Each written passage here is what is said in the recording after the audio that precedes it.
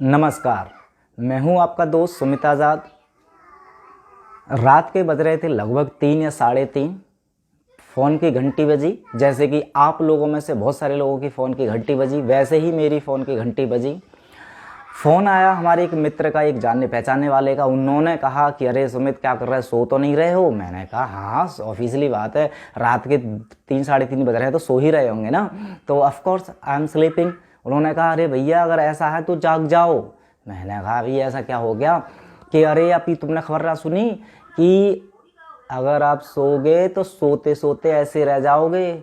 उस गांव में, गांव का मैं नाम ना लूँगा, लेकिन बहुत सारे ऐसे जगहों का नाम लिया गया कि पता है, उस गांव में 5 लोग रात को सो रहे थे, सोते सोते रह गए। कोरोना वायरस की वजह से 5 निकल लिए।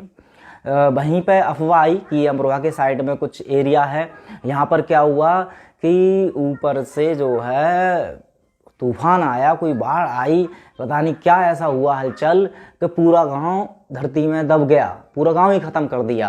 हालांकि थोड़ा भी समझदार इंसान इस चीज़ को समझ सकता है कि ये सिर्फ अफवाह हो सकती है, ये सच्ची न्यूज़ नहीं होगी।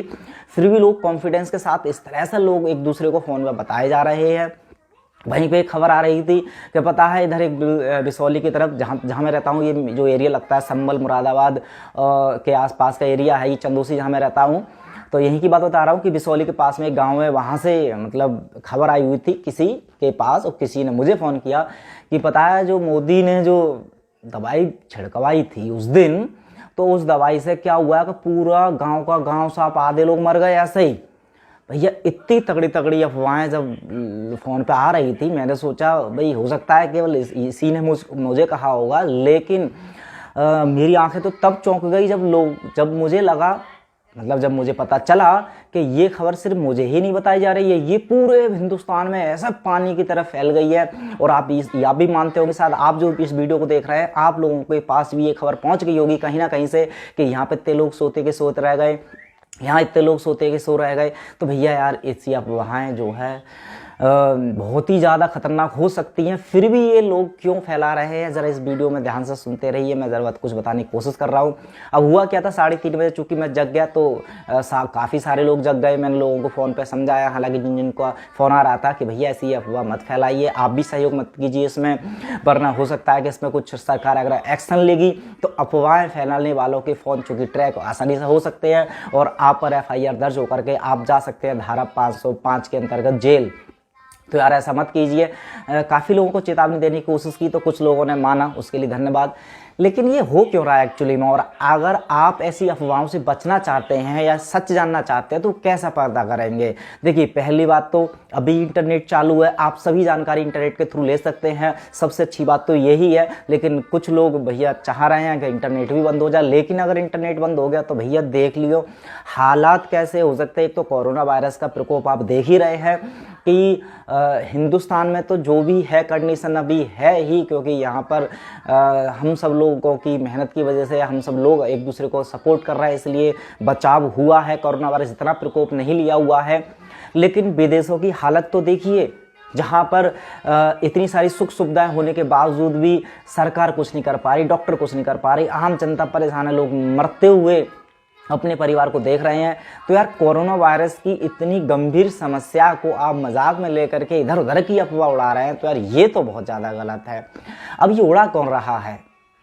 अगर अफवाह उड़ाने वाले को अगर हम पकड़ लें तो अफवाह नहीं उड़ेंगी, लेकिन ये कौन उड़ा रहा है, इस पर ज़रा विचार करते हैं। देखिए, सबसे बेस्ट थिंग इस चीज़ की, अफवाहों की, यही होती है कि अफवाह कोई एक इंसान नहीं उड़ाता है, अफवाह उड़ाते हैं हम और आप यकीन नहीं करेंगे, लेकिन ऐसा होता है।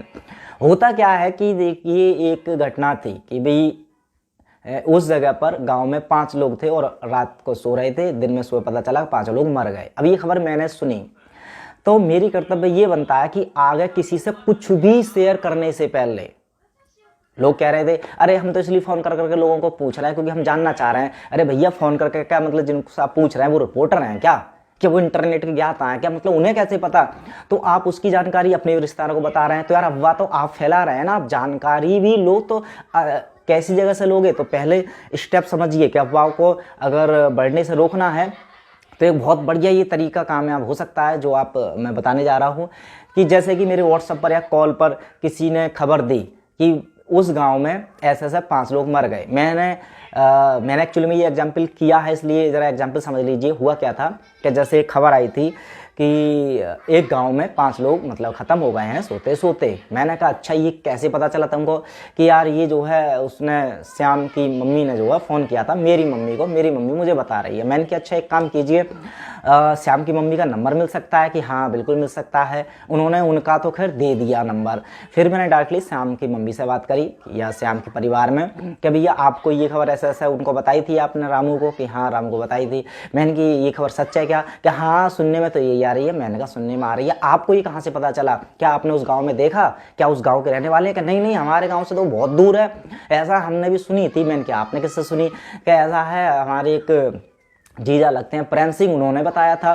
तो मैंने कहा अच्छा चलिए कोई दिक्कत नहीं है, क्या प्रेम सिंह का नंबर मिल सकता है मुझे? उन्होंने कहा नंबर कहा मतलब है लेकिन मतलब कोई फायदा ना, चलो छोड़ो। मैंने कि नहीं प्लीज़ अगर हो सके तो प्रेम सिंह का नंबर दे दीजिए। वो थोड़े घबराए भी कि पता नहीं क्यों नंबर मांग रहा हूँ, लेकिन मेरी बहुत सारी प्रार्थना करने के बाद उन्होंने प्रेम सिंह का नंबर दे दिया। प्रेम सिंह ने मैंने पूछा, मैंने कि प्रेम सिंह जी ऐसे ऐसे मैं बोल रहा हूँ और ऐसे ऐसे मुझे खबर पता चला है, ये आपके गाँव की बात है?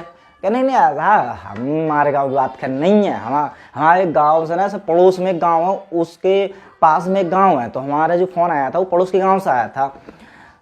तो चाहता मैं तो और नंबर लेता, लेकिन मैं समझ गया कि भैया इनकी गहराई में घुसते घुसते पता चल रहा है कि ये तो देखिए कितने कम टाइम में कि जहाँ घटना घटी मतलब जहाँ की बात हो रही है उस गांव के लोगों को पता भी नहीं है, पड़ोस के लोगों को पता है, पड़ोस के लोगों ने और पड़ोस को और पड़ोस को और पड़ोस को, मतलब सुबह हो नहीं पाई उससे पहले पहले इतनी नेटवर्क बन गया कि जिसने अफवाह उड़ानी शुरू की उसका पता लगाना पड़ा आसान ही नहीं है। मतलब कुछ पता ही नहीं चल पा रहा है कि अफवाह कैसे उड़ाई थी।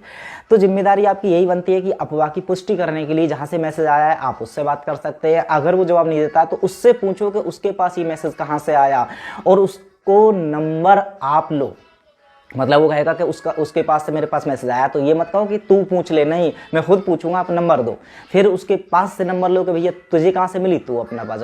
तो ये जिम्मेदारी हमारी खुद की भी हो सकती है एज ए नागरिक, क्योंकि भारत सरकार के ऊपर सब कुछ नहीं छोड़ सकते। हालांकि सरकार के पास बहुत सारे ऑप्शन रहते हैं अफवाहों को ट्रैक करने के लिए और वो चाहे तो इन अफवाहों को कंट्रोल कर सकती है। लेकिन अब चूंकि कोरोना वायरस का खुद प्रकोप है तो उसमें पूरा सिस्टम लगा हुआ है, तो उनको सरकार को उसमें लगे रहने दीजिए। और अगर हम और आप चाहें तो सबसे पहले तो ये काम करें कि कोई भी मैसेज अफवाह अगर आता है, कोई भी घटना कहीं घटती है, तो उसकी जब तक पुष्टि ना हो पाए, पुष्टि करने के बहुत सारे तरीके मैं फिर से बता रहा हूँ, गूगल है, इंटरनेट है, यूट्यूब है, इवन फेसबुक पे भी आप देखेंगे तो फेसबुक पर जो लोग जुड़े हुए हैं जिस विभाग से, उस विभाग से उन लोगों से ही पूछिए कि अगर मेडिकल से कोई खबर आई है तो यार मेडिकल के लोगों को, डॉक्टरों से पूछिए ना, उस एरिया के लोगों से पूछिए। आप ऐसा नहीं है कि भाई मुरादाबाद की खबर है और अलीगढ़ वाले दोस्त से फ़ोन करके पूछ रहे हैं कि भैया वहाँ पे कैसा हाल है। यार जो जिस क्षेत्र में रह रहा है वो अच्छे से बता सकता है, तो उससे पुष्टि कीजिए। और सबसे अच्छी बात आप टीवी लगातार देखते रहिए, टीवी पर अगर कुछ ऐसी आ रही है तो उसकी भी पुष्टि आप मैचिंग करके कर सकते हैं इंटरनेट पर। तो बहुत सारी सुख सुविधा हैं, उनसे आप वेरीफाई कर सकते हैं कि दिस न्यूज़ इज राइट और रॉन्ग। तो जब अगर सही लगे तभी आपकी हिम्मत हो, तभी आगे बढ़ाएं, वरना आपका 1 सेकेंड, यानी कि आपको लगता है केवल 1 सेकेंड मैसेज फॉरवर्ड करने में, लेकिन वो 1 सेकेंड बहुत लंबा हो जाता है और जिंदगी कर देता है बहुत सारी बर्बाद। तो यार ऐसा ना करें। जो भी मैसेज अगर आता है, कोई भी पोस्ट है, कोई भी कॉल है, उसको दूसरे लोगों से शेयर ना करें जब तक कि उसकी पुष्टि ना हो जाए कि ये बात सच है। तो इस तरह से हम सब लोग मिलकर के आइए प्रण लेते हैं कि अफवाहों को रोक सकते हैं तो रोकें।